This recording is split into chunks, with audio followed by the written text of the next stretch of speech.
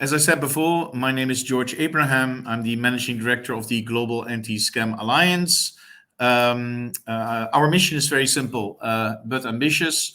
Our mission is to protect consumers worldwide from online scams. As many of you know, scams are going through the roof, and the smart scammers are always operating globally, while law enforcement and legislation are, if lucky, on a national level. So we have a huge challenge, and that's what the Global Anti-Scam Alliance is doing, bringing together law enforcement, governments, the financial industry, telecom operators, consumer protection organization, anybody who, for one way or for one reason or another, wants to protect consumers worldwide better from online scams. What we do is a few things. We really strongly believe that it takes a network of people to defeat this scam network. So we do intelligence sharing via these meetups we are organizing today. But if you look on our website, GASA.org, you will see that we're organizing every 2 or 3 weeks another meetup. We also facilitate networking. We will have 3 summits this year, 3 global anti-scam summits, one in Europe, in Brussels in June, one very likely in Singapore in October, and one in end of November in Washington, D.C. And if you're interested, you can find more information on our website. Then we also do a lot of research. We publish about 30 reports annually about the global state of scams in Brazil, in Germany, in Australia, in Canada, etc. And finally, we're currently working on a data exchange. As I said, scammers are operating globally, so it's very important that we share data to see which scam networks are actually out of there. And if you're interested in knowing more, please feel free to contact me. So enough about the Global Anti-Scam Alliance. I want to start introducing our speakers of today. But before I do, the Chatham House rules apply, meaning that you can use the content, but if you want to publish it or use it in another way, please first contact our speakers and ask for approval. Also, there is a recording in progress, just that you know that your chats are being recorded, meaning that your name might be visible. That's it. I would like to give the floor to our 2 speakers, David Mitnick and Ayman. Oh, I'm going to be in trouble. Awartani. I hope I did it right. David, may I start with giving you the floor, and would you mind sharing your presentation? Thanks. Yeah, thanks, George. David Mitnick, CEO of DomainSkate. DomainSkate's also a member of the Global Anti-Scam Alliance. We really appreciate the work that that's done here, and I think it's very important to support it as well. Ayman, I'll let you do your intro. Yeah. Hey, David. Thank you, and thank you, George. This is Ayman Awartani, CTO of DomainSkate. Glad to be here. Thank you for having me. Awesome. All right, so let's jump into it. Dark side of domain redirects. Actually, no, and I think I just have to go into present here to get to the next slide. Let me just make sure. Can everybody see my screen? Yeah. Yes, David. And you're going to the next slide. It works. Okay. All right. Great. Okay. So here we are. I just want to try one quick thing here. I don't think I can change the slides from here. No, I cannot. So okay. No, I cannot. All right. Sorry, guys. I just wanted to see if I could change it from there, from that viewpoint. All right, so we're going to talk about the dark side of domain redirects today. And these are the points that we're going to cover. We're just going to go over some basic concepts that we've honed at DomainSkate, go over what redirects are, the problems that they pose, and the scams and things that we've been seeing from redirects. I think one of the things that's important to note is that this whole presentation and our research on redirects came about as a result of our work with Dr. Augustine Fu. We did a research report that we'll reference at the end with Dr. Fu, and really kind of went over, in depth some of the things that we're seeing with redirects. And the thing that came to our attention was that clients for DomainSkate were seeing a lot of domains that were not being marked as security threats that were leading to very bad places through malicious redirects. So with that, I'm going to jump in here. Quick note, our philosophy at DomainSkate is, domain names are assets. They are valuable pieces of property. And we like to take a kind of balance sheet approach to domain names, looking at telling clients basically, understand what assets you own, what are the things that are valuable, and then also making sure that you're limiting your liabilities. And that's finding the things that could hurt your business, hurt your customers. And so, with that, our philosophy is, only own what you need in terms of domain names to conduct your business, limit the potential liabilities by being vigilant and monitoring your name. And then making sure that redirects, as we're going to talk about a lot more here, are part of your strategy, because a lot of times, one of the things that we found is that redirects fall through the cracks. So redirects, this is sort of a Christmas kind of, analogy here. Sometimes they can be nice and sometimes they can be naughty. It really depends. And so we're gonna talk about both here. So first, what kind of redirects are we talking about? Like what are we talking about here? So here we took a video, a small video. It's slowed down so you can kind of see it. It starts with the user in Google trying to get to the website, the New York Times website. But what happens is that the user forgets to put in an E, so goes newyorknytims.com, and then you can kind of see the journey. You see what happens. And it'll come up in just, it'll come up in just a second here. So the user goes in to the browser, puts in newyorktims.com, all of a sudden gets directed to one site, another site, 3, then finally lands at Walmart. And so you can see the journey here, just in case you were thinking about what are we talking about? This is the type of thing that we're talking about. When you think you're going to one site, you end up in a completely different place. Redirects can be really good. They can be very helpful for businesses. They can help organize your online profile. They can very, very helpful in terms of SEO optimization. They're really critical for that. And really just kind of making sure that things on your website work, and the things that when portions of it don't work, that you're moving things to the places where it does. Users really appreciate that. It helps with Google search. And these are all very nice, good uses of a redirect that a business can use, and most businesses that have an online presence use pretty regularly. So that's the nice stuff. So what's the problem? Well, redirects allow scammers to take advantage of known brands. Based on in 2023, 55% of all phishing scams use branded domains. And so when we're talking about scams that are using redirects, we're talking, what brands are they using? Well, they're using the same brands that are running phishing scams. They're using Microsoft, Google, Apple. You can see the breakdown. Microsoft is quite up there in terms of most often phished brands. And this is even though these are the listings for the most often phished brands, one of the things that we see a lot of times, even with much smaller clients, is that their brands can be used as well. And it's very easy, particularly with redirects, to take a user that thinks they're going in one place and direct them completely into another place. So it's not just the big brands that have these problems, but this kind of gives you a sense of the scope of what we're seeing. So these are, these are in terms of what the problem is.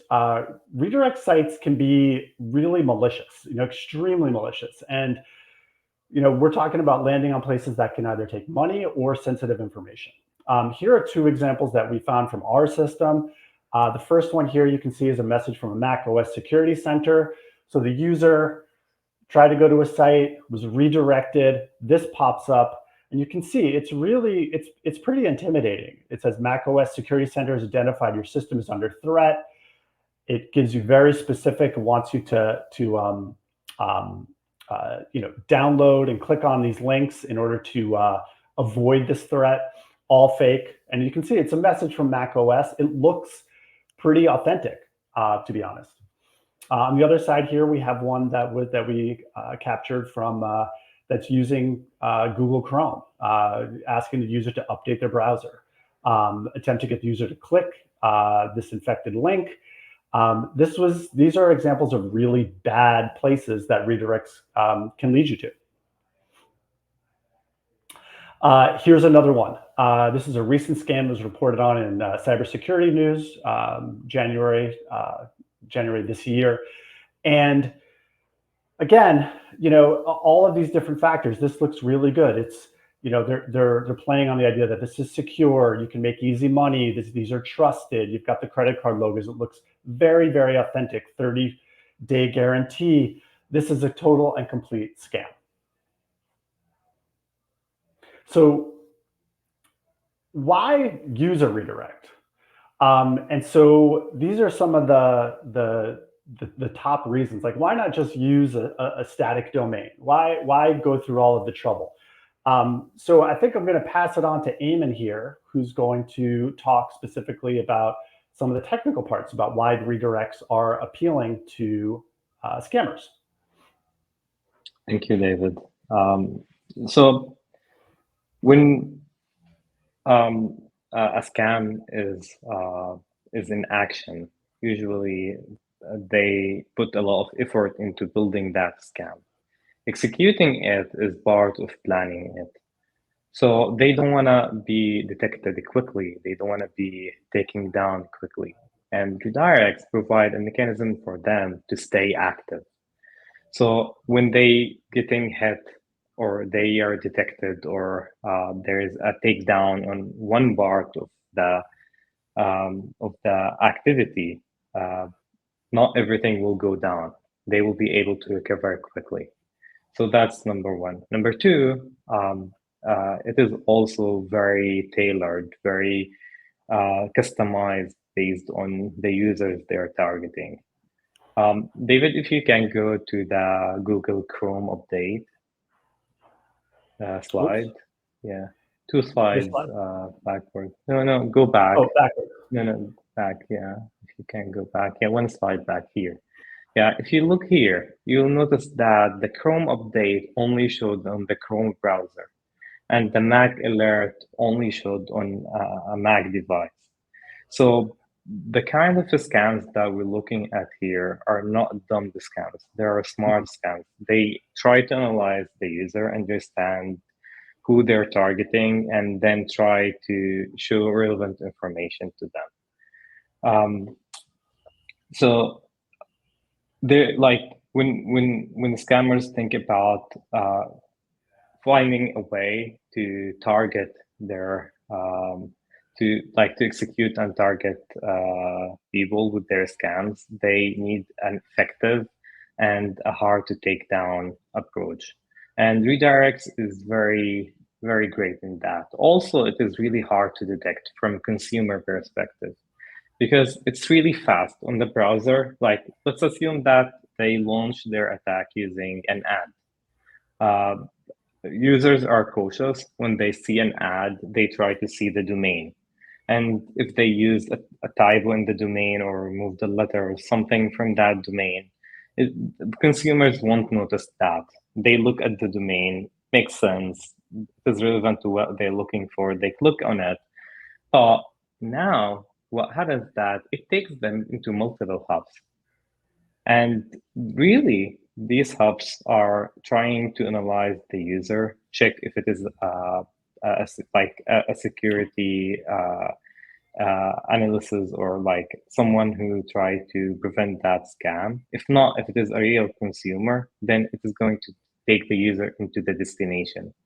Now, at that time, the user is not really focused on the destination. They're looking at the content. They forget about the domain. So it's really hard to detect them. What we're looking at right now with the increasing, like now building scams is much easier than before. AI is really helping with that. And what we're seeing is more sophisticated and complicated attacks. We call them flexible or smart redirects. And the goal here is when you go through a redirect chain, usually it is a number of hubs. We call them a chain, a number of hubs where you start at one point and you go from one point to another point. And the goal there is trying to analyze who's visiting the website. They're trying to analyze the IP address. Is it a residential IP address or a commercial IP address? Is it coming from the cloud center or is it coming from United States Brooklyn IP address? Trying to see the device. Is it coming from an iPhone 15 maybe? It is coming from an Android. It is coming from a desktop or a backend service. So they try to profile the incoming traffic through multiple hubs. When they're unable to identify the user, building the profile for it, or when they when they detect they're being analyzed, they're going to take the user into a safe spot. Let's say Walmart. Do you want me to show the visual, Ayman? Do you want me to show the next one? Actually, if you can go to the next slide, David. Perfect. Yeah. To the next one, David, please. Perfect. Yeah. So here is two examples on what happens really. So someone goes to apple.vib. The domain was taken down now, but like this is one of the examples. It will take you into multiple hubs. Each hub will try to analyze the user, and if one of these spots are detected, reported, and was taken down, they don't need to recreate the advertisements or resending the emails or whatever. They just replace the affected area and they can get quickly up and running to continue their attack. David, can you go to the previous one? Just one slide up. Yeah.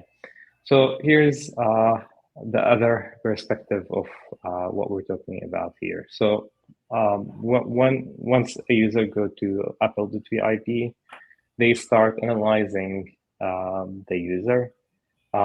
They try to see if they're being analyzed. They're being like if a security company try to analyze them, they will take you to apple.com or to walmart.com or to google.com. It's just regular redirects. It's a good domain. And this is how they pass the creation of advertisements. So when they go and create an ad, they usually pass that because they're good guys. But in reality, when they detect a real human within their targeted audience, they're going to pass that user into multiple stops until they take the user into a malicious website. And the malicious website can be a lot of things, like phishing, malware, or even like a root attack on their mobile devices. So it could be a lot of things. But here's the journey from technical perspective. Back to you, David. Thanks, Ayman.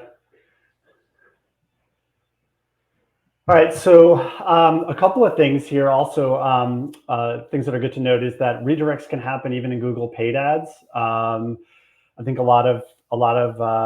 most users would probably think that if something is showing up at the top of a search, whether it's and it's hard to sometimes see whether it's paid search results or organic search results, and it can go straight to malware. Be part of a redirect scam. And here's an example of one that went from using target.com and it went straight to a redirect tech support scam.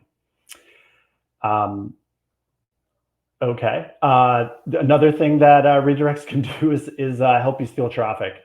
So here's an example from our system with variations on the trademark, the business Henry Schein. There's a software company that registered tons and tons of variations of the name in order to divert traffic to their site. They're in somewhat the same business on the software side. And this is something that we see a lot. particularly smaller clients, register, where competitors will register a domain name that they think users might go to frequently, and they'll end up at a completely different site.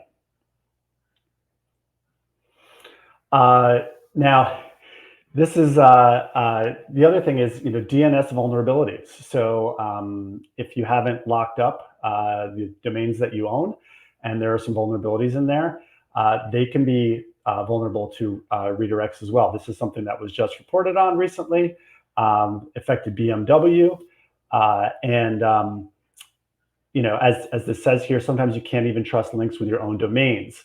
BMW subdomains in this case were vulnerable to redirect attacks, and it's exactly what happened. It was very embarrassing for the company, and honestly, pretty unnecessary. It's the kind of thing that that needs to be buttoned up, particularly where we have a major brand like BMW. And so our research, digging into the things that we found, and this is something that we've talked about a lot, is how many redirects? Is there a magic number? If you have more redirects, is that a more of an indicator on a domain that there's going to be something wrong? The answer is really it depends. What we found in our research is that 6 redirects are a magic number. We're not sure why, but when we did our research over hundreds of thousands of domains with redirects, 6 was the number where if there were 6, 28.6% of the domains that we found were had malicious redirects somewhere in that chain. It didn't get more. Part of our hypothesis going in was that maybe if you had 7, 8, 9, 10, however many that you have on the domain, would lead to finding more unsafe redirects. That was not the case.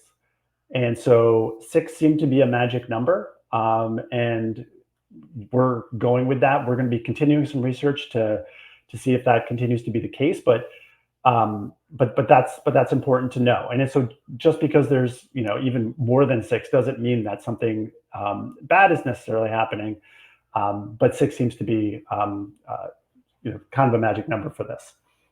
Let's go for. And so, in conclusion here, we've kind of, come to the end. In terms of kind of takeaways, there's a couple things, and a lot of this is kind of self-evident, but important to note. Know what you own. These are assets. Domain names are assets. They're incredibly valuable, and so make sure that you know what you own, that they're buttoned up and not vulnerable, and you understand that the the assets that you have. If your brand is worth something, it's worth using for a scam. It doesn't matter how big or small your company is. Looking for a legal use of your name will help minimize redirect scams in a huge way. And then make sure you're monitoring downstream redirects. These are they're becoming much more prevalent. They should be a part of whatever kind of brand protection you're employing. And deal with the scams proactively. If you see it going up, if you can see it happening, start the process of dealing with it. It's going to save time, money, user trust, a litany of factors. So that is the end of our presentation here. And happy to answer, discuss anything or answer any questions or, yeah. Thank you very much, David, and also thank you, Ayman. If the audience has any questions, feel free to use the chat. I know I have a lot, so I'm being very impolite and start the discussion. What surprises me is a few things in your presentation. I mean, first of all, you shared about BMW losing control over, actually, I understand, subdomains. How did that happen? I mean, it's a global brand. What went wrong? I'll let Ayman talk a little bit more about that. That's because there's some technical pieces to the whole subdomain issue. Yeah, can you go back to the slide, David? Sure, of course. And also, George, I guess what happened there that as any international brand, they use subdomains, especially CNAMEs from DNS perspective, to use third-party services, tools, and what else. And sometimes one of these services is vulnerable or has issues or being under attack or something like that. And then the domain name of the international company will be affected as well. What happened here in these cases is exactly that. Okay. Thank you very much, Ayman. And a quick add-on to that, George, is a lot of times we found with clients, particularly large international businesses, is domain assets are not necessarily centralized. In some cases they are, but in a lot of cases they're not. It can those assets can be split up depending on business areas, all sorts of things. So it not having them all in one place can sometimes lead to some confusion and can lead to situations where things are vulnerable. Yeah. Okay, got it. We do have a question from the audience. Let me see if I can show it to you. So how much of the issues here could be prevented by putting more responsibility on the registries? In the same way, actually, currently banks are becoming more liable, and maybe also social media. Can we do that at all? That's a really good question. I think, when I think of the registries, so we're talking about like the domain registries, like the .coms, .nets, .infos. Yeah, I think so. I think it's a really good question. The difference in quality amongst the registries is really pretty astonishing. There are some registries that are used almost exclusively for scams. I don't think it's a coincidence that we see a lot of stuff coming from very, very cheap registries that are easily used, don't ask questions, and don't seem to really care if the sites and domains that are registered with them are actually used for legitimate commercial businesses or not. So I think putting more responsibility on those registries is really critical. I mean, we can tell when things are being registered for legitimate purposes and illegitimate purposes. It's really it's pretty easy to tell, and I think making them responsible actually is a very good way of doing it, because I think first of all they have a responsibility to the people that are registering, that are visiting their sites. But secondly, I think it's also the place where it's most natural to have them be responsible. So I totally agree. It gets very, very difficult when you start dealing with down the road through like search engines and hosting companies and things like that. Whereas I think the registries really know what's going on, and it's very obvious. Yeah, we often see that scammers are registering 10,000 domains at one TLD in one day. Is there any valid business reason why you want to buy 10,000 weird sounding domains in one go? Is there any valid reason for that? I can't think of anything. I'll let Ayman also chime in on that. I mean, I know that there has been a lot of in the past. There's been a lot of programmatic purchasing of domain names by domainers who buy these assets and then use them to flip. But most of the time, that's there's algorithms that are kind of dissecting what's being searched on the internet, and they're actually looking at owning these names in order to actually do something with them. Honestly, the kind of volume that you're talking about and sometimes that we see, I don't think there really is any legitimate purpose. It doesn't make any sense. I'll let Ayman chime in on that as well.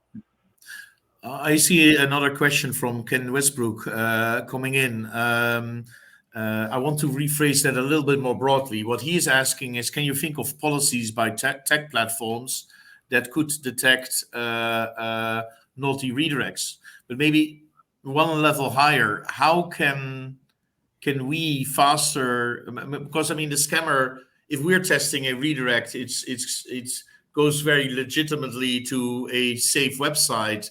But if my mother goes to the same redirect, she might be redirected to something scammy. How can we find these redirects, these naughty redirects? Well, I'm going to let Ayman talk about a little bit how the research that we did, because we did a really deep dive on this, and we were very, very careful when we did the research to make sure that we were hitting we were looking from a variety of locations. And so from something that wouldn't be flagged specifically as, oh yeah, they should land at this safe place. So Ayman, can you explain a little bit about that, how we conducted that piece of the research? Yeah, so the way we thought about it is we need to look from the scammer's perspective as a regular consumers. So we build a profile from the device and IP address and the activities perspective to look as a regular a human from United States.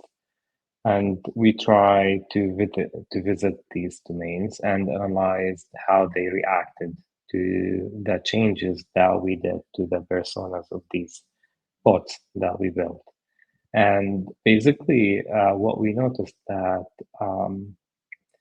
the smarter they are in building the scams, also the smarter the security firms to detect these scams.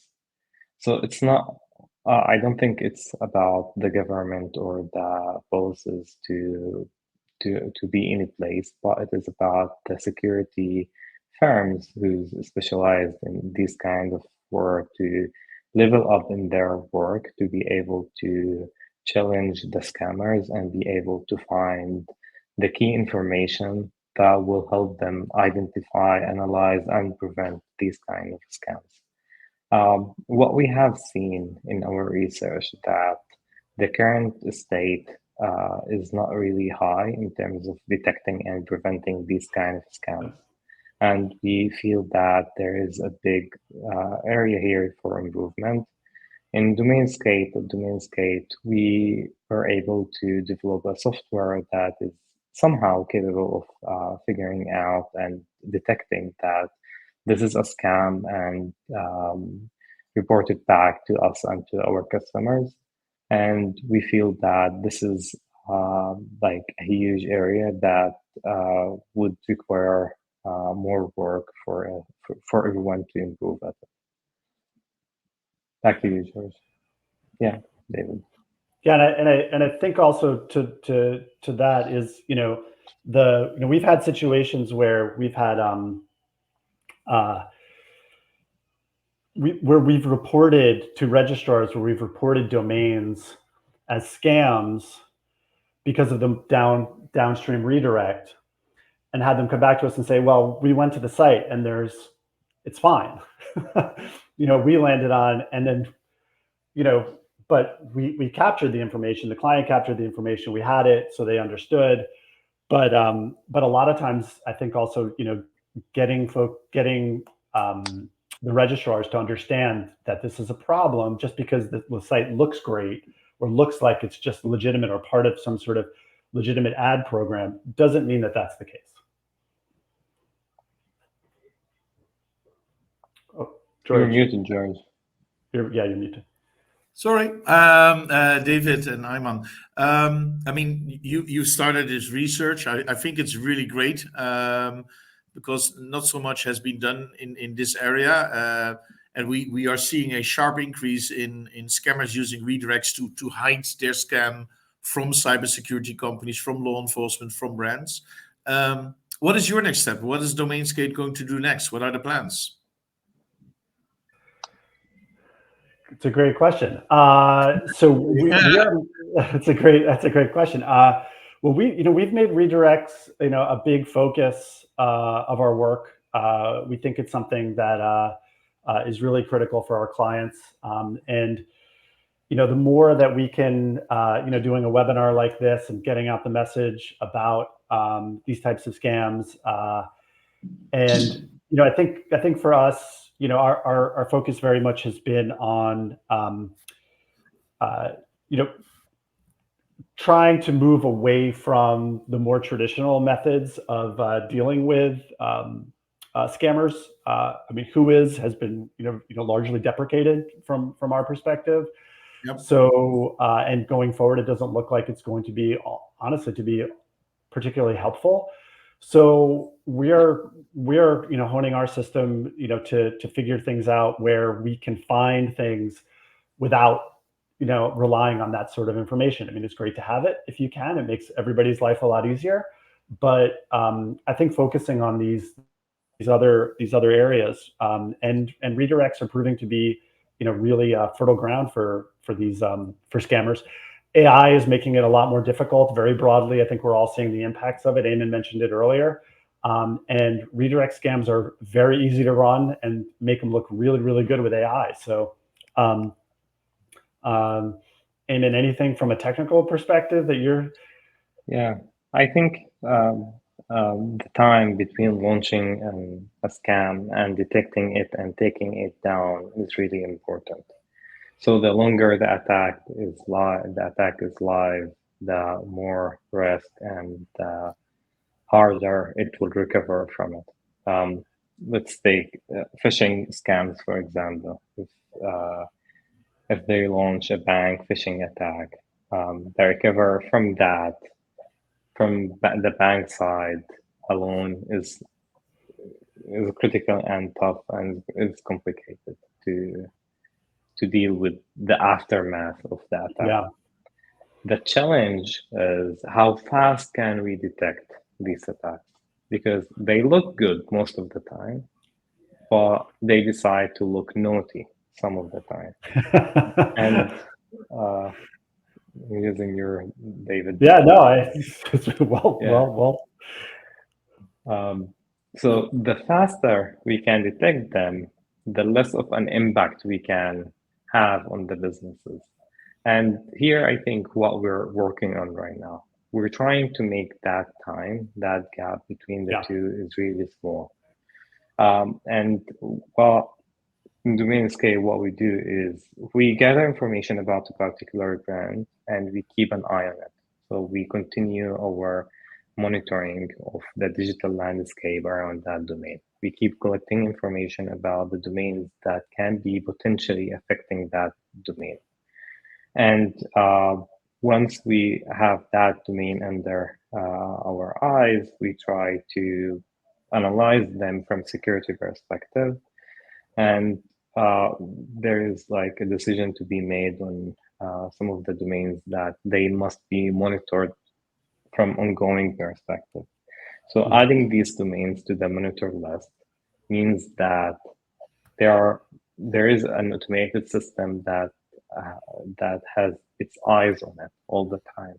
And once that attack is launched, it's really quick to figure that out, alert the responsible team for that, and then work with the responsible parties to take it down. This time is, we try to make it as minimum as possible, but we're right now, like, that's one of the focuses that we have. Yeah. All right. Thank you. David, Ayman, we're running out of time, but I really would like to thank you both for sharing what you've done, and also for doing this study and building this system, because I think it's really important that we start to better understand redirects and especially scammers using redirects for evil. I put my email address in the chat. If any of the audience has any questions to David or Ayman, feel free to contact me. David, Ayman, if you'd like to put your email address in the chat, feel free to. So again, David, Ayman, thank you very much for your presentation. Thank you. I really appreciate it. And if the audience, if you're interested to present next or have any questions regarding either to DomainSkate or to the Global Anti-Scam Alliance, feel free to contact us. And with that, again, David, Ayman, thank you very much. And I wish you all a very pleasant morning, afternoon, or evening. Thank you very much. Thank you. Thank you. Okay. Take care. Bye-bye. Bye-bye.